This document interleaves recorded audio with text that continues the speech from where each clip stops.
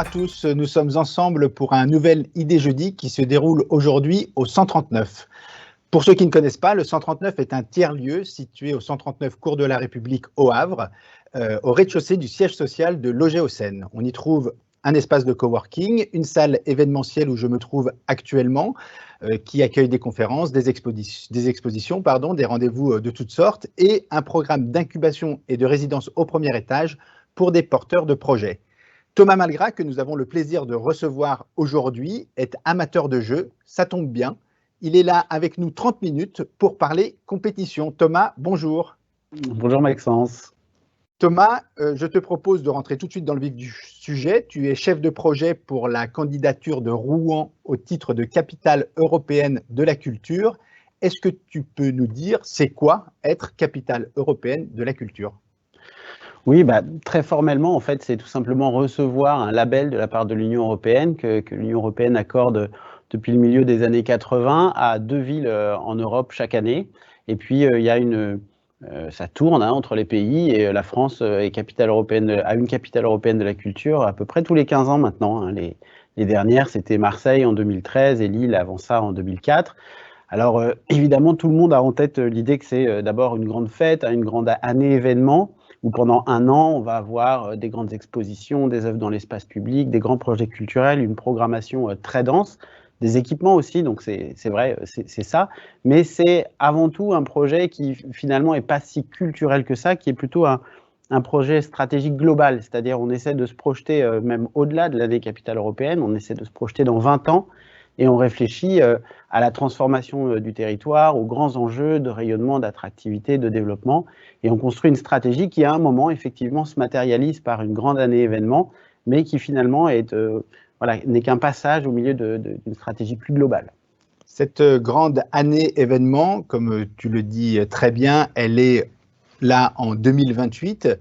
Est-ce que ça n'est pas prévoir un peu trop à l'avance de préparer cette candidature pour dans 9 ans ? Alors, c'est un peu comme les JO, ça se prépare longtemps à l'avance parce qu'il y a un certain nombre d'étapes. Alors, il y a même des villes qui ont commencé à préparer ce label même avant nous, on n'est pas les premiers. Donc, c'est un très long chemin, c'est un marathon et il y a des étapes qui arrivent les unes après les autres et il faut évidemment ajuster son timing. On ne peut pas partir tout feu, tout flamme trop vite parce que le risque, c'est aussi que le soufflet retombe, que l'investissement, l'appropriation par les habitants et les acteurs s'essouffle si on part trop fort, trop vite. Et puis si on prend du retard, c'est compliqué aussi. Donc il faut faire étape par étape. Et ces étapes, quelles sont-elles ? Quel est le calendrier prévisionnel ? Parce que d'une part, il y a la candidature avant d'être sélectionné ou non. Et puis après, j'imagine, tout le déroulé pour mettre en œuvre, pour appliquer le programme qui a été proposé. Oui, c'est ça. Donc, la première étape, ça a été ce qu'on a appelé la phase de préfiguration, qui est terminée maintenant, mais qui consiste à effectivement faire un peu le diagnostic du territoire, un peu compter ses forces aussi et ses alliés dans un projet qui est quand même assez colossal. Et puis là, on va rentrer dans une étape un peu plus concrète d'écriture de la candidature. Et normalement, au courant de cette année 2021, l'État français, le ministère de la Culture, va officiellement annoncer ouvertes les candidatures. Et à partir du moment où il l'aura fait, on aura à peu près un peu plus d'un an devant nous pour remettre à l'Union européenne notre dossier de candidature. Dans le jargon, on appelle ça le bid book, qui est un exercice assez formel, un livre de 100 pages qui explique pourquoi, comment on veut être candidat. Et puis, une fois que ce bid book aura été remis, donc peut-être d'ici 18 mois, 1 an, 18 mois, l'Europe, le jury européen étudie les différents bid books des différentes villes candidates pour chaque pays. Et puis, il y a une deuxième phase, présélection, des oraux. Et en général, on connaît la ville labellisée à peu près un peu plus de 4 ans avant. Donc, normalement, d'ici fin 2023, on devrait savoir si oui ou non c'est Rouen qui est capitale européenne de la culture. Donc, à la fois une projection très lointaine, 2028, et en même temps, le temps file, puisqu'il y a presque 1 an, 18 mois pour préparer ce dossier. Oui, il faut l'écrire, il faut réunir toutes les idées, tout le travail d'approche qui a été fait, tout le travail thématique, et puis le concrétiser par cet exercice un peu formel qui est l'écriture d'un dossier. Et puis voilà, comme tout dossier européen, c'est quelque chose d'assez rigide, assez formel. Concrètement, qui porte la candidature? Qui est à l'initiative de cette candidature? Est-ce qu'aujourd'hui, il y a une structure dédiée qui opère ça? Comment ça se passe? Bah écoute, il y a toujours une ville qui porte, hein, puisque il y a toujours une ville centre, hein, c'est dans le règlement qui va porter la candidature, c'est elle qui va porter le nom, hein, de la candidature et de l'année capitale. Mais elle peut ensuite, il doit y avoir forcément une structure dédiée qui pilote la candidature en elle-même. Ça ne peut pas être la ville seule. Donc pour le cas de Rouen, c'est une association qui a été créée en 2019 à l'initiative de la métropole Rouen-Normandie, de la ville de Rouen, mais aussi d'un certain nombre de collectivités qui ont eu envie tout de suite de travailler sur le projet. C'est les départements de Seine-Maritime et de l'Eure, c'est la région Normandie bien sûr, et puis aussi une petite voisine de la métropole de Rouen qui est l'agglomération Seine-Eure, autour de Val-de-Reuil, Louviers, qui nous accompagne depuis le début. Donc ces 6 acteurs-là, ce sont les membres fondateurs de l'association. Elle est présidée par une personnalité éminente, hein, à Rouen, qui est Daniel Avis, président honoraire de la Matmut, récemment nommé aussi à la tête du conseil de surveillance d'Aropa, qui préside cette candidature.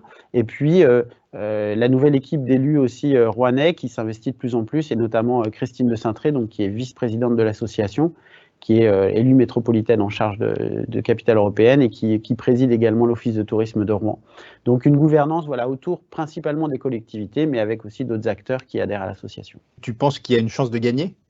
Bah oui, forcément. Forcément, je t'annonce même qu'on va gagner. Je ne peux pas te dire le contraire. Ouais, on a de très bonnes chances. Après, il y a beaucoup de candidatures et beaucoup de candidatures de grande qualité, donc ça sera une bataille difficile.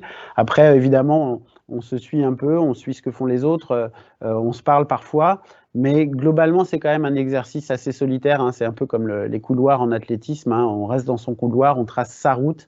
On n'essaye pas forcément ni de copier ni de suivre ce que font les copains, parce que c'est rarement un bon conseil, puisque chaque candidature est unique, chaque territoire est particulier.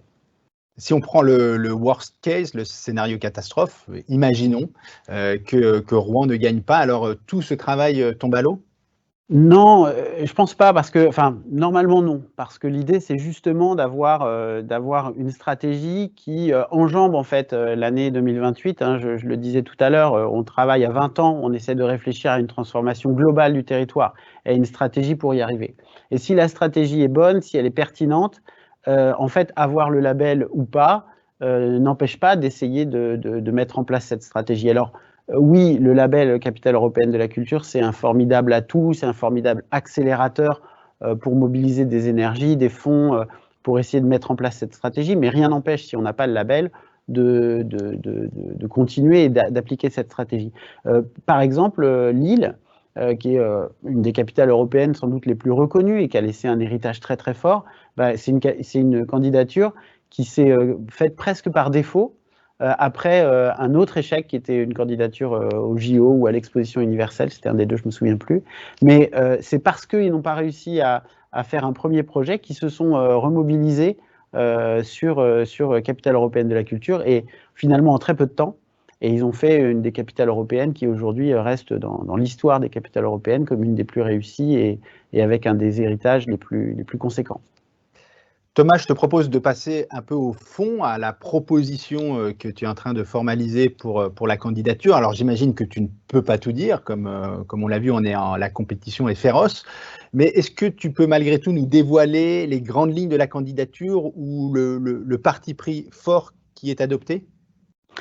Oui, alors évidemment, je ne peux pas tout dire parce que forcément, on travaille sur des thématiques et des axes de travail qu'on garde pour le moment pour nous, hein, parce que évidemment, bon, l'idée c'est pas non plus de tout dévoiler avant l'heure.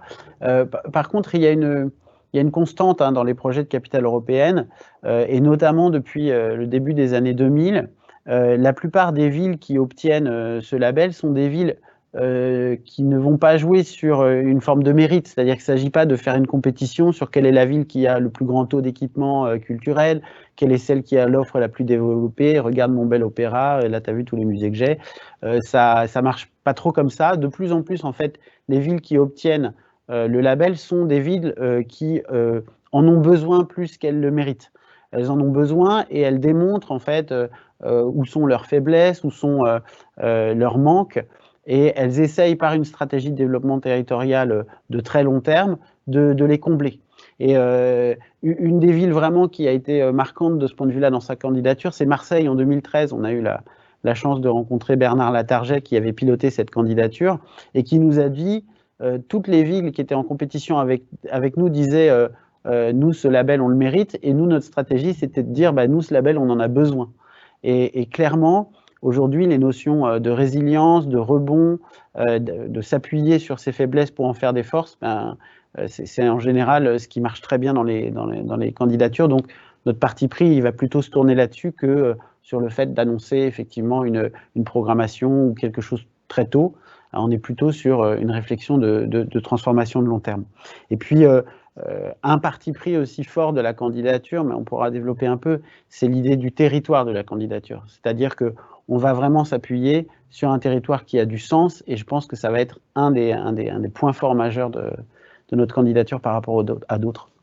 Parlons justement de ce territoire, puisqu'on comprend que finalement derrière Rouen, il y a la métropole et encore au-delà tout un territoire qui est, disons-le, l'axe Seine. Peut-être qu'on peut voir à l'image… Oui, on peut montrer la carte, ouais.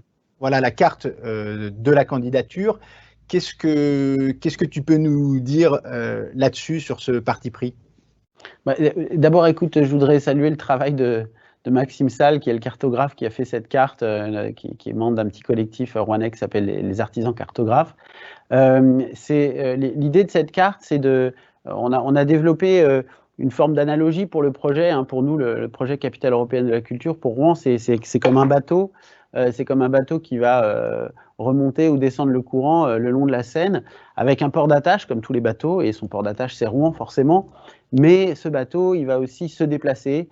Et on voudrait qu'un maximum de territoires de la vallée de Seine normande accueillent successivement ce projet, soient un peu les quais d'embarquement de ce projet, pour qu'on puisse comme ça développer notre projet d'un certain nombre de collectivités, et que ces collectivités aussi fassent rayonner le projet sur leur arrière-pays, avec un point commun qui est évidemment la Seine, ce fleuve qui nous réunit, qui nous unit, et qui fait qu'on a tant de choses en commun. Donc, une des forces vraiment de ce projet, ça va être ça, ça va être le territoire qu'on va essayer d'impliquer avec nous sur cette candidature. Est-ce que tu n'as pas un peu peur d'avoir une candidature sur un large territoire comme celui-là qui soit un peu décousu? Non, moi je pense qu'au contraire, ce territoire il est très cousu. Et la Seine, en fait, c'est cette couture justement entre les territoires. On a là un territoire qui a beaucoup de pertinence, beaucoup de force. Je pense que les territoires qui jouxtent la Seine ont en fait peut-être plus en commun même que l'ensemble des territoires de Normandie, ou même, voilà, il y a une forme d'identité commune autour de ce fleuve, une identité qui est forgée par la géographie, par l'histoire, par le patrimoine, par l'économie. Il n'y a pas longtemps, on a fait une petite conférence sur le thème du patrimoine industriel. C'est quelque chose qui nous relie vraiment. Donc je pense que ces territoires ont quelque chose en commun qui est sans doute lié au passé, mais aussi à des perspectives futures. C'est-à-dire qu'aujourd'hui, les territoires de l'axe Seine, ils ont un avenir en commun, ils ont des objectifs à se fixer en commun. On en a encore parlé il n'y a pas si longtemps avec les plans de relance ou avec les agences d'urbanisme de la vallée de Seine qui se sont réunies il n'y a pas longtemps. Il y a cette volonté, voilà, d'avancer en commun sur un certain nombre de sujets, qui soient économiques, environnementaux, touristiques et culturels. Et donc forcément, quand on a des projets et un avenir en commun, c'est plus facile pour porter ce type de candidature. Est-ce que tu peux nous dire quelles sont les collectivités qui sont impliquées dans cette candidature, d'une part, et d'autre part, on l'a vu, Le Havre apparaît. Est-ce que Le Havre aura une place particulière à l'intérieur du dispositif? Le contraire me surprendrait. Et puis forcément, voilà, étant un peu à cheval entre les deux villes, j'aimerais beaucoup effectivement que Le Havre vienne avec nous, mais j'ai peu de doutes sur le fait qu'ils viendront. En fait, aujourd'hui, les candidatures particulièrement impliquées, ce sont évidemment les membres fondateurs de l'association. On en a parlé tout à l'heure, la ville et la métropole de Rouen, les départements de Seine-Maritime et de l'Eure, la région Normandie, la CASE, la communauté d'Aglo-Seineurs. Mais d'autres EPCI avec qui on commence à discuter. Je pense à Cosseine-Aglo qui fait le lien entre Rouen et Le Havre, avec le Roumois aussi, qui est une petite collectivité sur la rive sud de la Seine. petit à petit, voilà, on crée des liens. L'idée, évidemment, cette carte que tu as montrée, c'est un peu un rêve, hein, c'est notre territoire idéal, mais évidemment, il y a tout un processus et des partenariats à nouer pour que cette carte devienne réellement la carte du territoire. Et puis aussi se dire que au fur et à mesure de l'avancée du projet, et peut-être même si on a le label Capitale européenne de la culture, peut-être que d'autres territoires un peu plus éloignés, mais tout en conservant cet axe structurant qu'est la Seine, ben, ces autres territoires pourront aussi rejoindre le projet. On préfère avoir un territoire pertinent, cohérent, resserré, quitte à l'ouvrir et à être généreux par la suite, plutôt qu'un territoire qui serait parti trop vite sur des bases immenses. Hein. Je leur parlais de la candidature de Marseille tout à l'heure. Marseille-Provence 2013, c'était Marseille-Provence-Méditerranée, c'était vraiment un objectif extrêmement vaste. Puis plus le projet a avancé et plus finalement il s'est recroquevillé sur un nombre d'acteurs beaucoup plus petits. Et donc nous, notre idée, c'est plutôt l'inverse, hein, avoir un territoire cohérent, pertinent d'abord, quitte à l'ouvrir davantage par la suite. Donc là, on comprend la question du territoire par le prisme des collectivités, mais est-ce qu'il y a d'autres acteurs qui sont impliqués dans cette candidature ? Oui, bien sûr. D'autres acteurs, à la fois des acteurs économiques, hein, des entreprises. Tu as participé à un atelier il n'y a pas si longtemps avec des entreprises de l'Axe Seine, des associations, beaucoup, des habitants aussi qu'on essaye de mobiliser et qu'on va mobiliser de plus en plus au fur et à mesure de l'avancée de la candidature, des porteurs de projets, qu'ils soient culturels ou non. Culturel, justement, capitale de la culture. De quelle culture on parle finalement dans cette candidature ? De toutes les cultures. Alors, en fait, on peut pas se permettre de faire l'impasse, c'est-à-dire que une capitale européenne de la culture doit traiter l'ensemble du champ culturel tel qu'on l'imagine, de la lecture publique au patrimoine, en passant par l'art contemporain, les expositions, le spectacle vivant, les arts plastiques, enfin toutes les cultures, évidemment, tout le champ culturel, et au-delà, c'est-à-dire que finalement, la culture ou la programmation artistique et culturelle telle qu'on l'imagine pendant une année capitale européenne, elle est la traduction, je le disais tout à l'heure, hein, d'une stratégie beaucoup plus globale, avec une réflexion sur des thématiques citoyennes au sens large, c'est-à-dire la culture, mais aussi les questions de mobilité, de place des enfants, d'inclusion. Voilà, toute la réflexion de la société doit être présente et traduite à un moment donné par une programmation artistique et culturelle la plus large possible. Cette programmation artistique et culturelle, et je ne sais pas si j'en dévoile un petit peu trop, mais lors de nos échanges, tu as évoqué les ambassades maison. Est-ce que tu peux nous en dire un petit peu plus ? Alors là, on est plus, on n'est pas encore complètement sur l'artistique, mais on est plus sur un de nos outils qui permet de mobiliser les citoyens qui veulent s'impliquer dans la candidature. Hein. D'ailleurs, on pourra en donner la méthode en fin d'émission si tu veux. L'idée, c'est qu'on réunit des habitants, on discute avec eux, on les interroge sur un certain nombre de thématiques, on les fait parler de manière assez libre. Et puis tout ce qu'ils disent, voilà, pendant 1h30, 2 heures, tous ces éléments, toute leur vision, en fait, on la traduit, on la prend en note, et elle permet aussi de nourrir notre travail sur la candidature. Et puis à l'issue de l'ambassade, une des 10 personnes ou des 15 personnes, ça dépend, alors évidemment avec le Covid on fait parfois ça aussi en visio, donne rendez-vous à 10 autres personnes, et puis ça crée comme ça fait tache d'huile, et puis on construit aussi comme ça la candidature avec les habitants. Être candidat, c'est aussi raconter une histoire, une belle histoire. Comment celle que tu es en train d'écrire ? Écoute, c'est une histoire qui est comme toute histoire un peu compliquée au début, parce qu'on ne sait pas bien ce qu'on doit raconter. Tu sais, il y a la page blanche, c'est un peu compliqué, il faut mettre en ordre ses idées, il faut réfléchir au chapitre, et puis on suit des pistes aussi dans un premier temps qu'on finit par abandonner parce qu'on a fait fausse route. Et puis une fois qu'on commence à avoir bien la structure de l'histoire, là on peut commencer à écrire. Donc j'ai envie de dire qu'on est à peu près à cette phase-là. On a écarté un certain nombre de fausses routes, on sait à peu près les axes sur lesquels on veut travailler, puis maintenant, il faut gratter, quoi. Et c'est ce qui nous reste à faire jusqu'au dépôt de la candidature. Alors, ce qui peut être intéressant, c'est de voir le logo, par exemple, qui a été choisi et qui est lui-même porteur de sens de cette histoire, qui Bien sûr, bah, on revient un peu à ce qu'on disait tout à l'heure sur le territoire. Alors, ce logo, c'est le travail d'un graphiste qui s'appelle Benoît Elliot, qui est lui aussi d'ailleurs est beaucoup à cheval entre Rouen et Le Havre. J'ai travaillé avec lui sur d'autres projets par le passé, ancien éditeur aussi. Et voilà, et Benoît, il a essayé de traduire ce travail qu'on a fait autour de la Seine, avec Rouen, évidemment, le R au centre, qui est le port d'attache du projet. Et puis, ces petits points verts sur la Seine, c'est évidemment tous les partenaires qu'on va essayer d'emmener avec nous pour travailler sur ce périmètre de candidature. Thomas, avant de nous quitter, je te propose qu'on parle un peu de toi. Et on aimerait bien savoir quel est ton travail au quotidien. C'est quoi être chef de projet d'un projet aussi vaste, aussi grand? Est-ce que tu peux nous dire à quoi ressemble une de tes journées et avec qui tu travailles?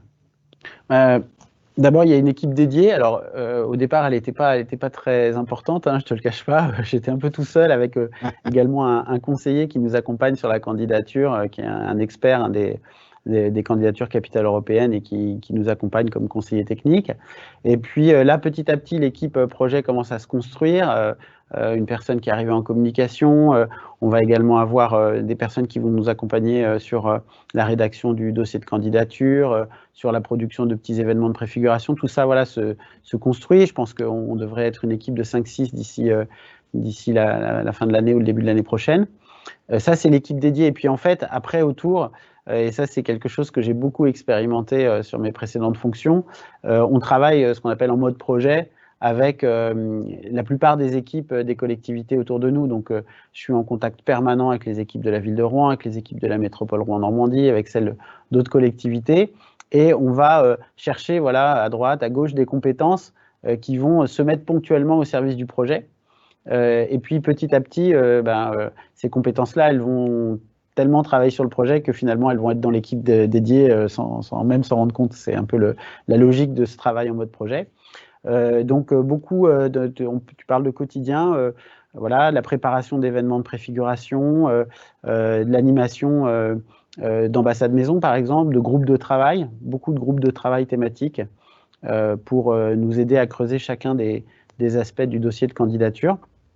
Beaucoup de discussions avec des porteurs de projets, parce qu'évidemment la candidature capitale européenne de la culture suscite beaucoup d'envie ou beaucoup de propositions, j'ai envie de dire spontanées, et il faut les recevoir, réussir à les inscrire dans le projet, et puis dans le bon timing, c'est souvent le plus difficile avec ces projets-là. On a tout de suite envie, il y a une intuition, et je l'ai connue avant avec les 500 ans, il y a une envie forcément de participer à ce projet qui brille et qui est loin mais qui brille, et donc tout le monde a envie d'être dedans à son petit niveau, et donc il faut trouver la place de chacun et pas partir bille en tête par exemple sur des projets culturels ou artistiques immédiatement, parce que c'est difficile ensuite à avoir une construction un peu structurée.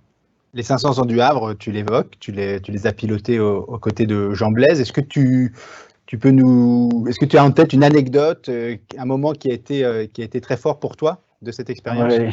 Il y a eu plein de moments forts, tu l'imagines bien, des moments très stressants aussi, des moments compliqués. C'est toujours fabuleux ce genre de projet. En tout cas, tout ce que j'ai vécu sur les 500 ans me sert aujourd'hui, y compris toute cette phase de préparation un peu lente, un peu complexe, dont on a l'impression qu'elle peine à démarrer parce qu'on est très en amont. Mais justement, ce projet là, sur 5 ans, sur les 500 ans, m'a permis aussi d'être capable de phaser aussi le travail, de ne pas se projeter trop loin, trop vite, pour pouvoir bien faire les choses étape par étape. Après, des anecdotes, il y en a plein.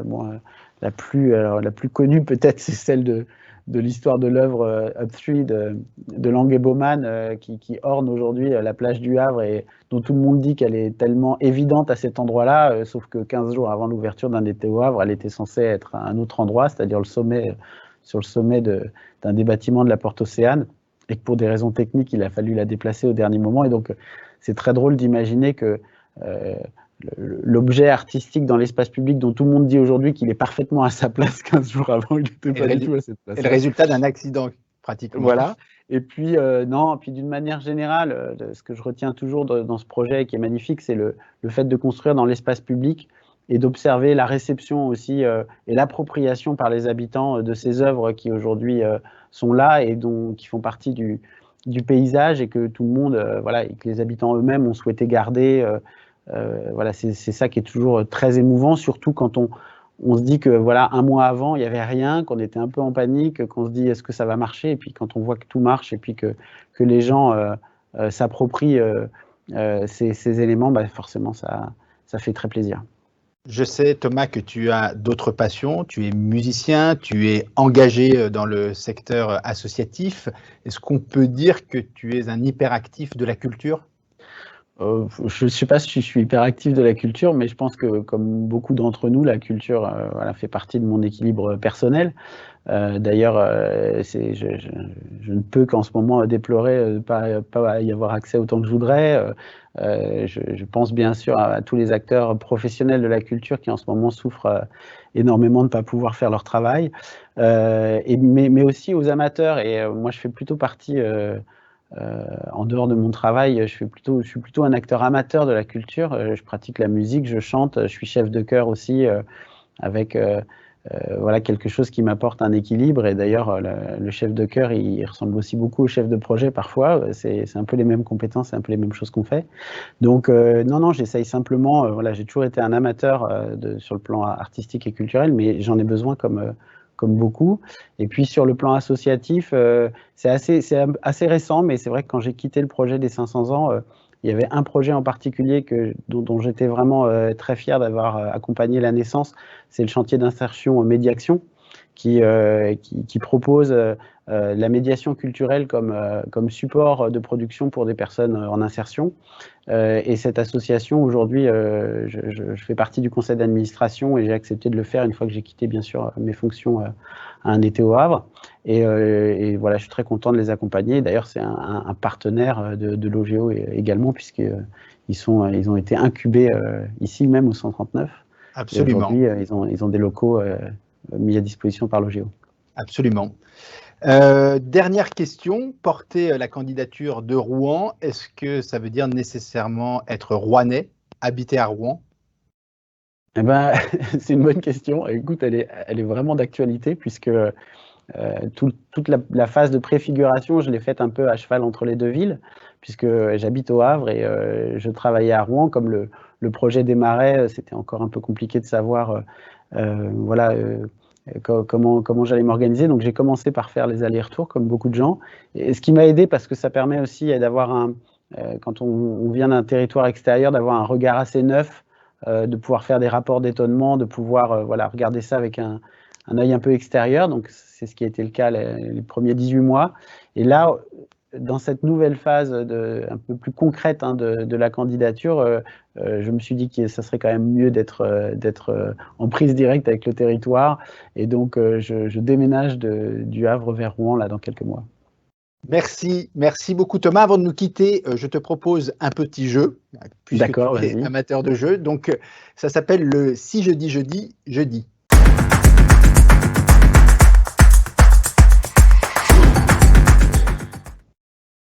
Ah, le scaphandrier est-il encore sous l'eau ? Tu parles du scaphandrier, donc alors non, ça j'ai pas le droit de le dire.